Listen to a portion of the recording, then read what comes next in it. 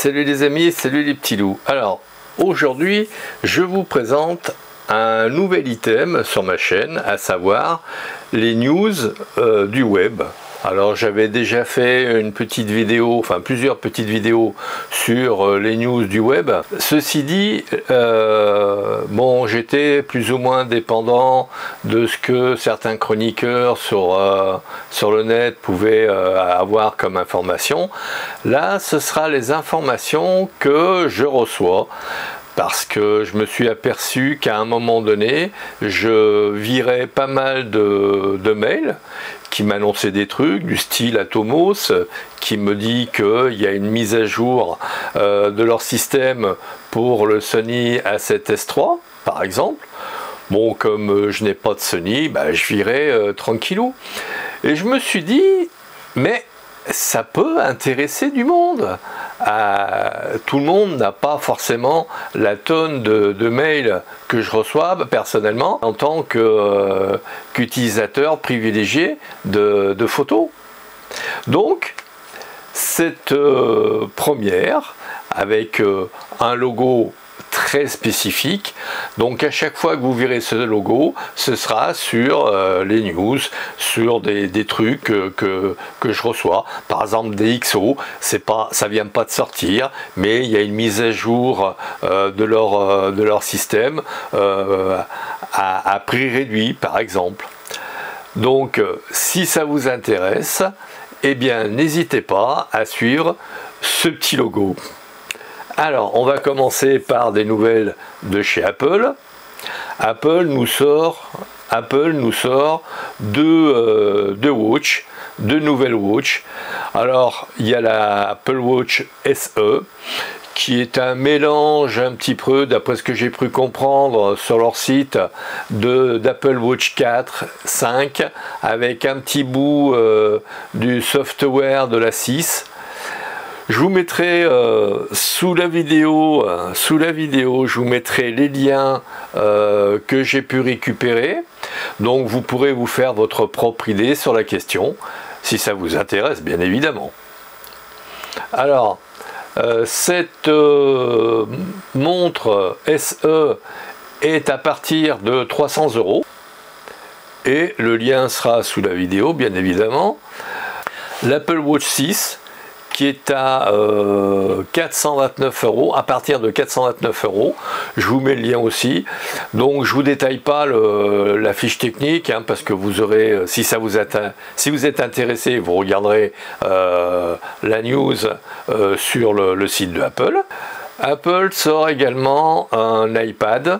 Alors il y a deux versions, il y a l'iPad 8 qui passe du processeur A10 au processeur A12, donc c'est un bond technologique, je pense qu'on va gagner en rapidité.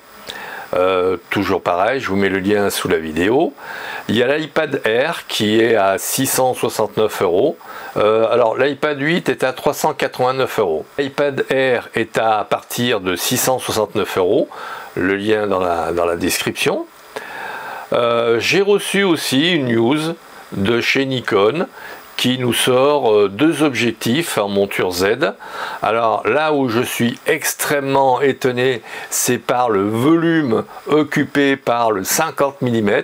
Certes, c'est un 50 mm f1.2, mais enfin bon, je trouve qu'il est énorme. Il ressemble à un 24-70 qui ouvre à 2.8. Alors certes, il ouvre à 1,2. Enfin bon, je trouve que les objectifs pour monture Z sont très très gros.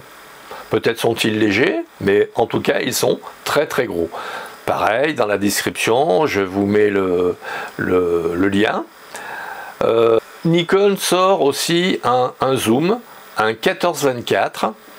Alors, j'ai été sur le site et je me suis aperçu qu'il y avait un 14-30. Alors, le 14-24 qui ouvre à 2.8, j'imagine que c'est 2.8 constant. Et tenez-vous bien, à 2700 €. Au secours. Ah, ils n'ont pas pitié de nos porte-monnaie, hein. En plus, c'est une version Z, donc la dernière version de leur système. Ça veut dire qu'il faut avoir le Z50 et c'est un APS-C, donc ça vous multipliera par 1,50 votre zoom, les focales de votre zoom. Soit on a un Z6 ou un Z7, voire un Z5, qui sont pas donnés, qui sont à plus de 2000 balles. Donc on va dire, si on veut s'acheter un zoom digne de ce nom, ça commence à faire pas mal de sous à dépenser, hein.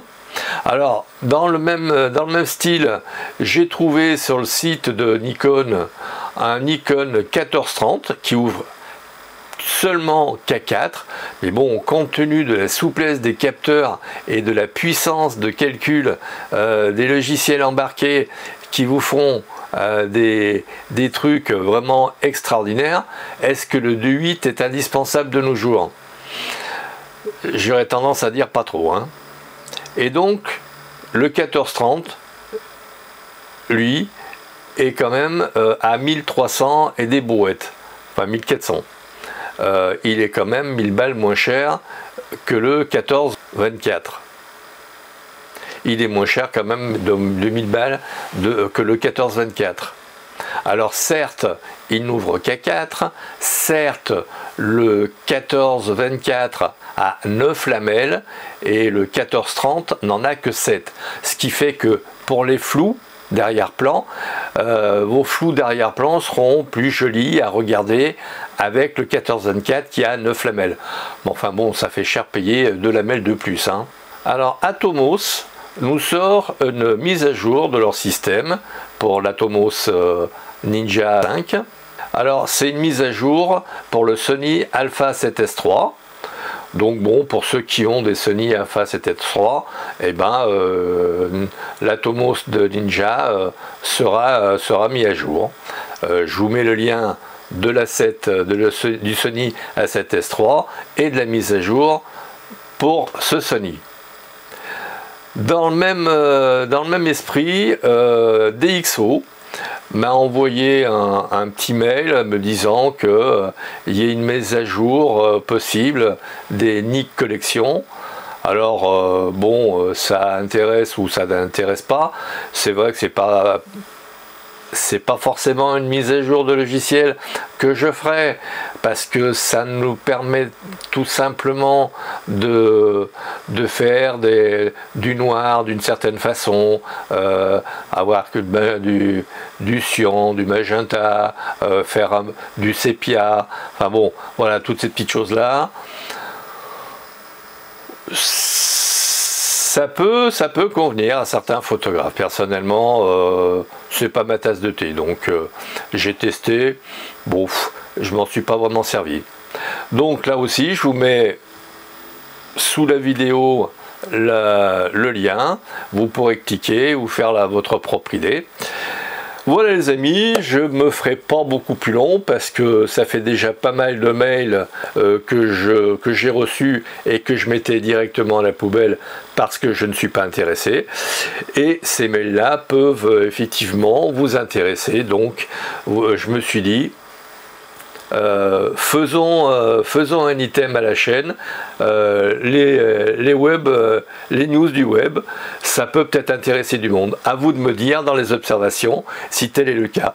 Bien évidemment, vous likez, vous partagez, vous vous abonnez et vous faites abonner, bien évidemment, comme d'habitude. Je vous le dirai pas trop souvent, mais bon, voilà, si vous pouvez faire abonner, ce n'en est que mieux. Voilà les amis, bah écoutez, je vous laisse, je vous dis à très vite et puis merci pour votre écoute.